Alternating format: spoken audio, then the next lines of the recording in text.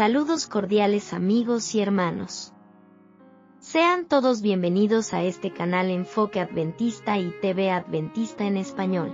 Que la gracia y el poder de Dios reine en cada uno de los corazones de ustedes. En esta ocasión vamos a repasar la lección de escuela sabática. Este folleto del primer cuatrimestre del 2024 lleva por título El libro de los Salmos. Para esta semana estudiaremos Enséñanos a orar. El versículo para memorizar de esta semana dice así: Un día estaba Jesús orando en un lugar, y cuando terminó, uno de sus discípulos le dijo: Señor, enséñanos a orar, como Juan enseñó a sus discípulos. Libro de Lucas, capítulo 11, verso 1. Domingo, 7 de enero de 2024. Fomentar el uso de los salmos en la oración. Analicemos Salmo, capítulo 105, verso 5. Luego Colosenses, capítulo 3, verso 16 y Santiago, capítulo 5, verso 13. ¿Cuál es el lugar de los salmos en la experiencia de adoración del creyente? Salmo, capítulo 105, verso 5. Acordaos de las maravillas que Él ha hecho, de sus prodigios y de los juicios de su boca. Colosenses, capítulo 3, verso 16. La palabra de Cristo mora en abundancia en vosotros, enseñándoos y exhortándoos unos a otros en toda sabiduría, cantando con gracia en vuestros corazones al Señor con salmos e himnos y cánticos espirituales. Santiago, capítulo 5, verso 13. ¿Está alguno entre vosotros afligido? Haga oración. ¿Está alguno alegre? Cante alabanzas.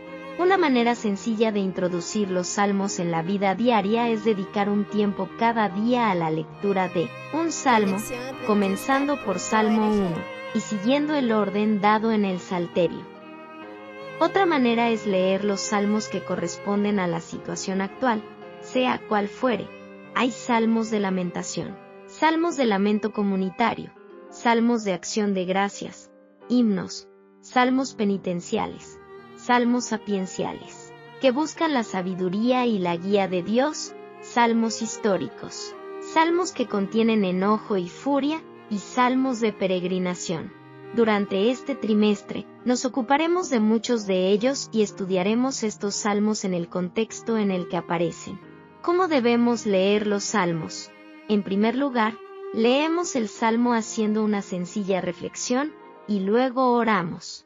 Meditar en el salmo implica reflexionar sobre sus diversos aspectos, el modo en que el salmista se dirige a Dios y los motivos de la oración. Piensa en cuánto se asemeja tu situación a la experiencia del salmista y cómo podría ayudarte el salmo a articular tu experiencia. Te sorprenderá la frecuencia con la que te sentirás identificado con lo que lees. Si algo en el salmo te desafía, reflexiona. Por ejemplo, si el salmo corrige tus falsas esperanzas actuales con respecto a algo a lo que te enfrentas. Contempla el mensaje del salmo a la luz de la persona de Cristo y su obra salvífica, y de la esperanza a largo plazo que la obra de Cristo nos ofrece. Como sabemos, o deberíamos saber, siempre ayuda a mirar todo lo que hay en la Biblia bajo la perspectiva de Cristo y de la cruz. Además, detecta nuevos motivos de oración que te ofrece el Salmo, y piensa en su importancia para ti, para tu iglesia y para el mundo. Pide a Dios que ponga su palabra en tu corazón y en tu mente. Si el Salmo corresponde a la situación de alguien que conoces, intercede en oración por esa persona. La cuestión es que los salmos abarcan muchos aspectos de la vida, y podemos enriquecernos al leer y asimilar en nuestro corazón lo que nos dicen. ¿Qué significa la palabra de Cristo habite en abundancia en ustedes? Colosenses 3:16. ¿Por qué la lectura de la Biblia es el primer paso para esa experiencia, y el más crucial? Para complementar la lección de escuela sabática, en este momento, escucharemos los comentarios de Elena G. DeWitt. En la palabra de Dios contemplamos el poder que estableció los fundamentos de la tierra y que extendió los cielos. Únicamente en ella podemos hallar una historia de nuestra raza que no esté contaminada por el prejuicio o el orgullo humanos. En ella se registran las luchas, las derrotas y las victorias de los mayores hombres que el mundo haya conocido jamás. En ella se desarrollan los grandes problemas del deber y del destino. Se levanta la cortina que separa el mundo visible del mundo invisible, y presenciamos el conflicto de las fuerzas encontradas del bien y del mal, desde la primera entrada del pecado hasta el triunfo final de la rectitud y de la verdad. Y todo ello no es sino una revelación del carácter de Dios. En la contemplación reverente de las verdades presentadas en su palabra, la mente entra en comunión con la mente infinita.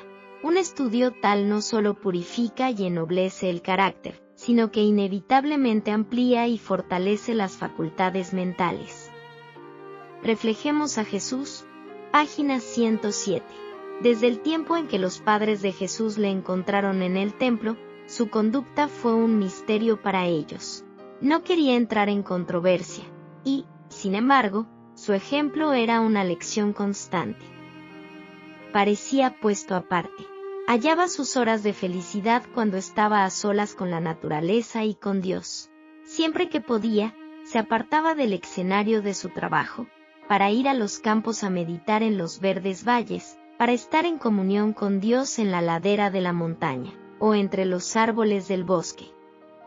La madrugada le encontraba con frecuencia en algún lugar aislado, meditando, escudriñando las Escrituras, u orando. De estas horas de quietud, volvía a su casa para reanudar sus deberes y para dar un ejemplo de trabajo paciente.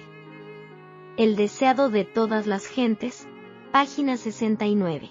Corremos constantemente el peligro de creer que nos bastamos a nosotros mismos, de confiar en nuestra propia sabiduría y no hacer de Dios nuestra fortaleza. Nada perturba tanto a Satanás como nuestro conocimiento de sus designios.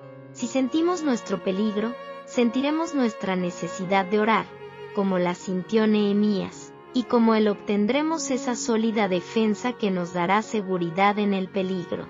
Si somos negligentes e indiferentes, seremos ciertamente vencidos por los designios de Satanás. Debemos ser vigilantes, aunque, como Nehemías, recurramos a la oración, llevando todas nuestras perplejidades y cargas a Dios. No debemos creer que no tenemos nada que hacer. Debemos velar y orar. Testimonios para la Iglesia, tomo 3, página 627.